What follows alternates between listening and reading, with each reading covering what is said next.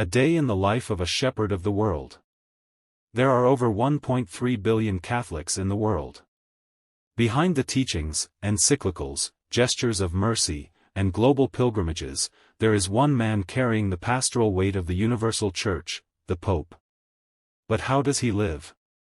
How does he balance divine intimacy with global leadership? What happens in the quiet hours when no one is watching? Today, we open the Vatican's gates not to glimpse extravagance, but to discover a sacred routine shaped by discipline, prayer, leadership, and humility. In the reign of Pope Leo XIV, the papacy has redefined power, not as control, but as care. Not as command, but as communion. Please, subscribe, like, comment and share for more videos. This is not a ceremonial schedule, it's a spiritual offering. Each moment tells us something not only about the Pope, but about how we, too, might shape our days with more purpose, faith, and love. 1. Early morning prayer, 5 a.m. to 5:30 a.m. Pope Leo XIV wakes before the bells of St. Peter's chime. His room is dark but peaceful. At 5 a.m., his day begins not with email or meetings, but silence. In his private chapel, modest, with only a crucifix and an icon of the Virgin Mary, the Holy Father begins the day with personal prayer. He kneels on the floor, sometimes with a rosary, sometimes with folded hands, whispering his heart to God. This is the most intimate part of the Pope's day. He offers intentions for those who suffer, for persecuted Christians, for the bishops in conflict zones, and for children waking up in fear. I begin each day begging God to break my pride, to fill me with gentleness, and to teach me to love with His mercy, Pope Leo XIV once told a visiting African cardinal. This is where the Pope is not a public figure. He is simply a disciple, like Peter, kneeling again before the Lord. 2. Meditation on Scripture, 5:30 a.m. to 6 a.m. With the early Roman sun barely casting a glow through the chapel's stained glass, the Pope reaches for his leather-bound breviary and Bible. Today's passage is from Isaiah. Comfort, comfort my people, says your God. He reads slowly, several times, allowing the words to echo. Meditation is not study, it is listening. Pope Leo XIV has said, Scripture is not a book. It is a breath. It is the moment where God speaks louder than news, schedules, and even noise within. Here, the Pope writes notes in a small journal. He may reflect on how this reading relates to a struggling diocese in South America, a humanitarian plea from the United Nations, or a family who wrote him about a tragedy. This is how global issues become personal prayers. 3. Celebration of Holy Mass, 6:30 a.m. to 7:15 a.m. In the chapel of Domus Sancti Marthi, where Pope Leo XIV has chosen to live, rejecting the apostolic palace, Mass begins with no choir, no crowd, just reverence. The Pope vesting is a quiet ritual in itself. He prays over each piece of his alb and stole. Mass is celebrated in Latin, with his homily delivered from the heart, without a script. These homilies are broadcast by Vatican media and read globally within hours. One homily that went viral: to be holy is not to be untouchable. It is to be available. During the Eucharistic prayer, his voice softens. Many Vatican staff say this is where the Pope appears smallest, not weak, but surrendered. After the final blessing, he spends extra time in silence before the altar, often with his eyes closed. 4. Silent Thanksgiving after Mass, 7:15 a.m. to 7:30 a.m. Instead of rushing to his next duty, Pope Leo XIV kneels. This period of silence is his thank you to Christ. He prays for the people who were spiritually present at Mass, the elderly watching from their homes, the imprisoned, the lonely. He also offers his priesthood again, every day. If the Pope does not remain a priest first, he becomes a manager, he once wrote privately.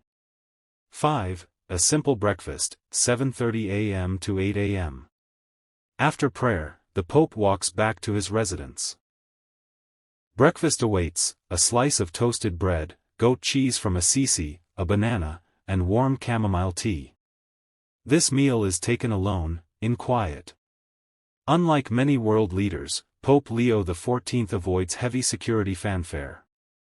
The kitchen staff say he always thanks them with a smile, grazie mille, Dio six benedica. Why this simplicity? Fasting is not punishment, the Pope once said. It is the art of being full with less. 6. Reading letters from the faithful, 8 a.m. to 8:45 a.m. Each day, the Vatican receives over 7,000 letters. A special team filters through them and brings a few handwritten ones to the Pope's desk. He reads letters from children asking for prayers for sick parents, from inmates seeking redemption, from bishops asking advice. One letter came from a Muslim refugee boy in Italy who said, "I don't know your God. But I think you pray for peace. Thank you." Pope Leo XIV cried as he read it. Often, he handwrites notes back, sometimes enclosing a small rosary or blessing.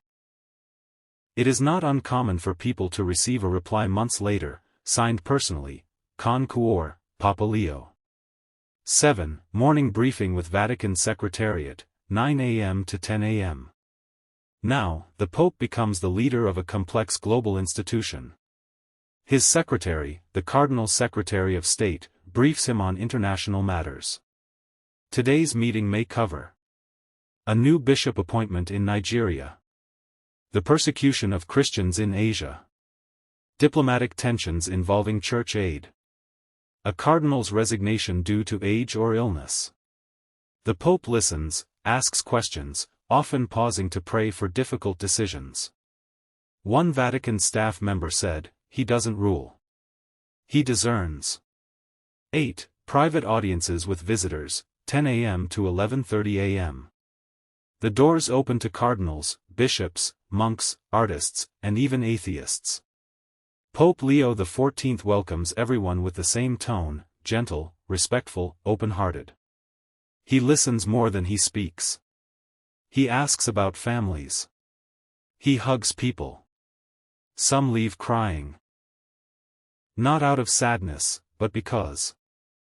As one guest said, "It felt like Christ was looking at me." He has hosted leaders from nations hostile to Christianity.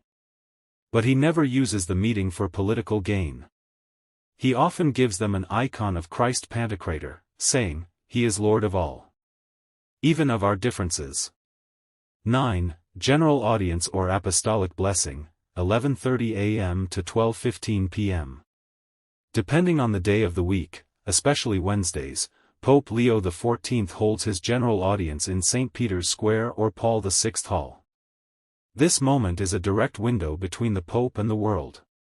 Tens of thousands gather. Flags wave. Infants are lifted. Sick and elderly pilgrims hold rosaries with trembling hands. The Pope arrives in the white Pope mobile, slowly blessing the crowd. He stops to kiss babies, smile at nuns, and clasp the hands of crying mothers. His gestures are wordless homilies. Once seated on the white papal chair, he delivers his catechesis, often on mercy, the Beatitudes, peace, or saints. He speaks in Italian, but greetings and summaries follow in multiple languages: French, English, Spanish, German, Arabic, Polish, and Portuguese. "May the peace of Christ dwell in your homes, your hearts, and your hospitals," he said in one address to Syrian refugees. At the end, he gives the apostolic blessing, extending it to loved ones at home and even to those who cannot believe. He includes the deceased, invoking God's mercy. 10. Signing of papal decrees, encyclicals, and episcopal appointments, 12:15 p.m. to 1 p.m. This period is less visible to the public, but profoundly influential. The Pope reviews official church documents. Episcopal appointments. Canonization decrees. Approvals of theological faculties. Responses to bishops' synodal proposals. Motu proprios, personal papal decrees. He signs them with a pen inscribed with Servus Servorum Dei, servant of the servants of God. This is not merely formality, it is spiritual governance. Pope Leo XIV carefully reads each proposal, often writing notes in the margins. He insists on meeting the candidates virtually or through reports before finalizing decisions. A bishop must first be a father before being a teacher, he once said.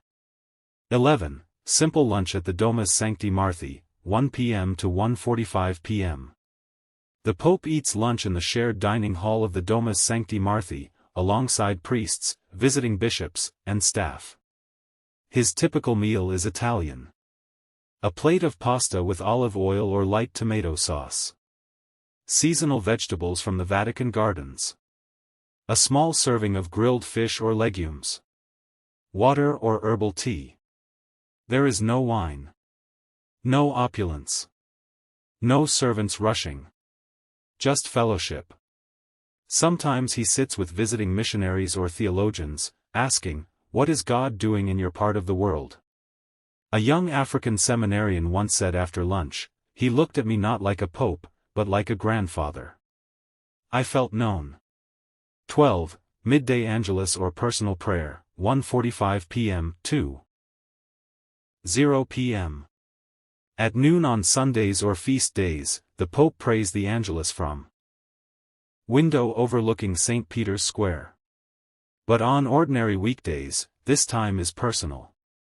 He often returns to his chapel or sits in the Vatican gardens to pray the Angelus quietly, meditating on the Incarnation. The Word was made flesh, and dwelt among us.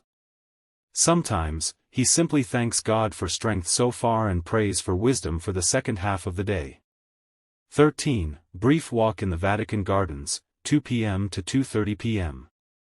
In the sacred quiet of the Vatican gardens, far from the marble halls, Pope Leo XIV strolls alone or with a close aide.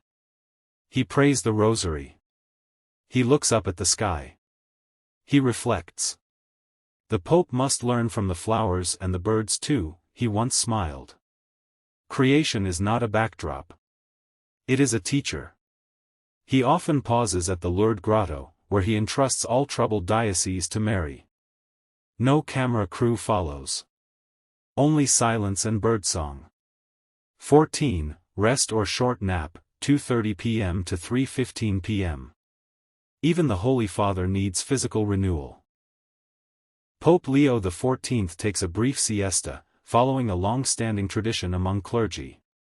In these moments, his room remains still. Sometimes, he doesn't sleep, but lies down with a spiritual book or journal on his chest. This period is non-negotiable. Why? "I must rest, not for me, but to better love those I must serve," he once said in an interview. 15. Reading and spiritual study, 3:15 p.m. to 4 p.m. After rest, the Pope enters intellectual solitude. He reads books, theological essays, and letters from saints. He may also review ancient church councils or mystical writings like those of Teresa of Avila, Thomas Merton, or Eastern Christian thinkers. One of his favorites? The Ladder of Divine Ascent, by St. John Climacus. He often scribbles reflections and keeps a quote journal. For Pope Leo XIV, leadership without learning is pride disguised as wisdom. 16. Private meetings with world leaders and diplomats, 4 p.m. to 5 p.m. This is the hour when diplomacy and faith collide. Pope Leo XIV meets ambassadors, heads of state, royal envoys, religious leaders from other faiths, even those critical of Catholicism. No meeting begins without prayer. Even in politically sensitive conversations, the Pope emphasizes peace, human dignity, and the sanctity of life. In a meeting with a Middle Eastern leader, Pope Leo XIV reportedly said, "You are not meeting the head of a religion. You are meeting a man bound to the cross. Let us talk not as powers, but as fathers." These meetings are carefully managed by the Vatican Secretariat of State, yet the Pope insists on informality when possible. He listens more than he speaks. He asks about their families. He gives gifts, usually a medallion of St. Peter or a papal rosary. Behind closed doors, these are not ceremonies, they are encounters. Moments that change hearts. 17. Spiritual direction or confession, 5 p.m. to 5:30 p.m. Few know this, but the Pope, too, goes to confession, weekly if not more often. Pope Leo XIV often seeks out elderly confessors, sometimes from the Franciscan order, for a completely anonymous confession in a quiet Vatican chapel. "If I don't kneel for mercy, how can I preach it?" he once told a cardinal. He also offers spiritual direction to bishops, young priests, and even lay people in private. These are not scheduled for public attention. These are heart-to-heart, soul-to-soul, sometimes lasting long past the time set aside. 18. Surprise phone calls and outreach, 5:30 p.m. to 6 p.m. This is the hour of papal surprises. Pope Leo XIV sometimes picks up the phone and calls ordinary Catholics who have written to him. A mother who lost her child. A teenager recovering from cancer. A prisoner who rediscovered faith. The Vatican switchboard is used to the phrase, "The Pope would like to speak with you." No cameras. No announcement. Just love. He has also called non-Catholics, such as a Protestant pastor grieving his wife, or an imam affected by war. These moments build bridges, not borders. 19. Reviewing church reports and global issues, 6 p.m. to 6:30 p.m. The Pope spends time with reports from across the globe. Religious persecution in Asia. Migration updates in Europe. Clerical abuse investigations. Environmental damage updates from bishops' conferences. He often writes spiritual notes on these reports. Pray for this child. Find this family. Ask the bishop to visit personally. He also receives confidential briefings from trusted cardinals on internal matters. Transparency and prayer shape his responses, not fear or power. 20. Evening prayer, Vespers, 6:30 p.m. to 7 p.m. As the sun lowers over St. Peter's Dome, the Holy Father returns to prayer. Vespers is the Church's ancient way of closing the day with scripture and song. The Psalms are sung slowly. The Canticle of Mary, Magnificat, is recited, "My soul magnifies the Lord." Pope Leo XIV often leads the liturgy if it's a feast day or hosts a special Vespers for Vatican workers. But even in private, he never skips it. If the day is bread, then Vespers is its crust, firm, nourishing, and thankful, he once reflected. 21. Dinner with guests or alone, 7 p.m. to 7:45 p.m. Dinner at the Vatican is humble, not royal. Lentil soup. Zucchini or eggplant. A small glass of pear juice or mint water. Fruit for dessert. When Pope Leo XIV hosts guests, laughter is common. He enjoys listening to their stories, offering insights, and learning about the real Church, the one that breathes outside Vatican walls. 22. Short review of global news and Vatican media, 7:45 p.m. to 8 p.m. Though selective, the Pope stays informed. Each evening, he reads a brief digest of world headlines, particularly those affecting the vulnerable. He also reviews Vatican news highlights and occasionally watches short segments from Catholic or humanitarian networks. However, he avoids overexposure. News should open the heart, not overwhelm the soul, he has said. 23. Lectio Divina and personal reflection, 8 p.m. to 8:45 p.m. This hour is reserved for Lectio Divina, the sacred reading of Scripture followed by silent meditation. He reflects not as Pope, but as a Christian. He reads the Gospel again, perhaps the same passage from the morning. He closes his eyes, listens. He journals here. Not public writings, personal ones. Hopes, struggles, names of people who need God. 24. Compline, night prayer, 8:45 p.m. to 9 p.m. The final official prayer of the day, Compline is the liturgical equivalent of tucking one's soul in for the night. Into your hands, O Lord, I commend my spirit. Protect us as we stay awake, watch over us as we sleep. The Pope ends the day not with control, but surrender. He entrusts his life, the Church, and the world to Jesus and Mary. 25. Midnight intercessions for the world, often at 2 a.m. It is said that Pope Leo XIV sometimes wakes in the night, not due to stress, but a heart stirred by the Spirit. In the quiet of his room, he returns to prayer. He kneels by the window overlooking St. Peter's, whispering the names of countries, dioceses, and individuals who have asked for prayers. "Some days, I feel the whole world is inside my chest," he once wrote. "So I give it back to God before I sleep again." This final act is not required. It's not scheduled. But it may be the most papal thing he does. Finally, the hidden hours of holiness.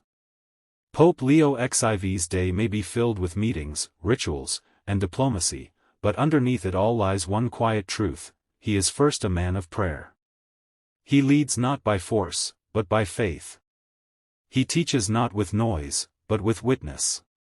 And in every hour, whether it is giving a blessing to thousands or lifting a silent prayer in the dark, he models for us the kind of leadership the world so desperately needs.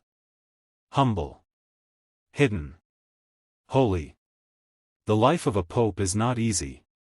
But in Pope Leo XIV, we see a man who made his entire schedule an offering. What about us? How do we spend our days? Do we schedule God in, or schedule him out? Let this not just be a documentary, but a mirror.